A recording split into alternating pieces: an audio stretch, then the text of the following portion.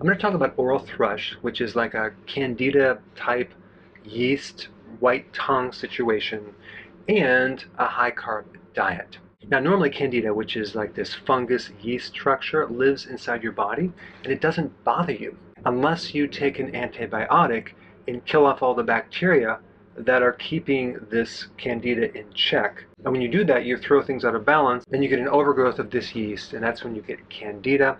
And if it's in the mouth, it's called thrush, and it's white tongue.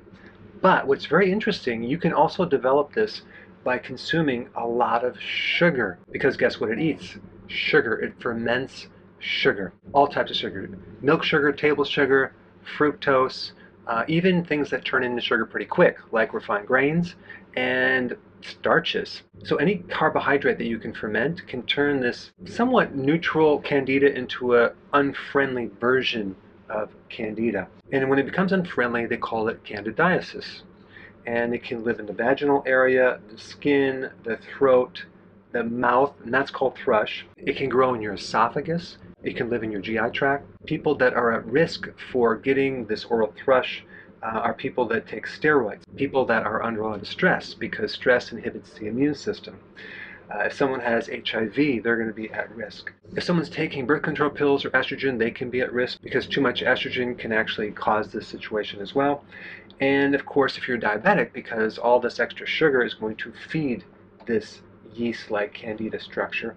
And I already mentioned antibiotics. So if you have oral thrush, one of the best remedies is grapefruit seed extract. Not grape seed extract, grapefruit seed extract. You just take 10 drops in about 3 tablespoons of water, slug it on down, do that 1 to 3 times per day. You can also keep it in your mouth and swish it around for like maybe 20 seconds and then swallow it. That might help. But grapefruit seed extract is a very effective natural antifungal.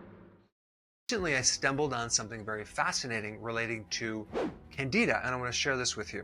Now, candida is a fungal infection. It's kind of like a yeast infection, and people can get it in their mouth. They can get it in their private parts, toenails, and it usually comes after an antibiotic as a side effect because you have all these bacteria that keep the yeast and fungus and molds in check. The great majority of your microbiome in your gut is bacteria, but you have a small percentage of this yeast and fungus and friendly candida.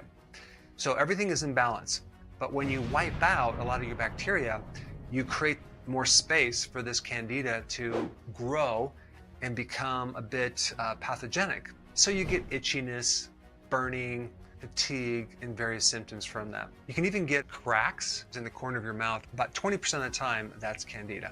And when I was in practice, I would notice that certain patients coming in had this odor of ammonia, and that's usually coming from this candida overgrowth. It'll change your pH, okay? It releases ammonia from the breakdown products of simple sugars. When you go up on the pH, you make things more alkaline, and it can survive more. So candida can actually survive more of an alkaline environment versus an acidic environment. And this is why when you have this good balance of microbes in your large intestine, it's on the acidic side. But candida changes the pH. And so it does it through its primary fuel, which is sugar, okay? I'm gonna come back to that at the end, but I wanna share something very interesting. There's other conditions that lower your immune system that cause this overgrowth as well. HIV or AIDS, if you have an organ transplant, if you were on prednisone, like steroids, if you're pregnant, or if you eat a lot of sugar, especially fructose. All of them either create or have at the same time a vitamin D deficiency. So when I was looking at vitamin D, I noticed that it had an antifungal property. And when I looked into it a little bit more, I found out it's a really good, effective, broad spectrum antimicrobial. Now, probably because it really helps build up your immune system, your defenses, and all of those items I mentioned really have an effect on the immune system. If you have candida, there's 3 things you need to do. Start taking vitamin D, maybe 20, 30,000 IUs immediately. Number 2, cut out the fuel for candida. Its primary fuel is glucose.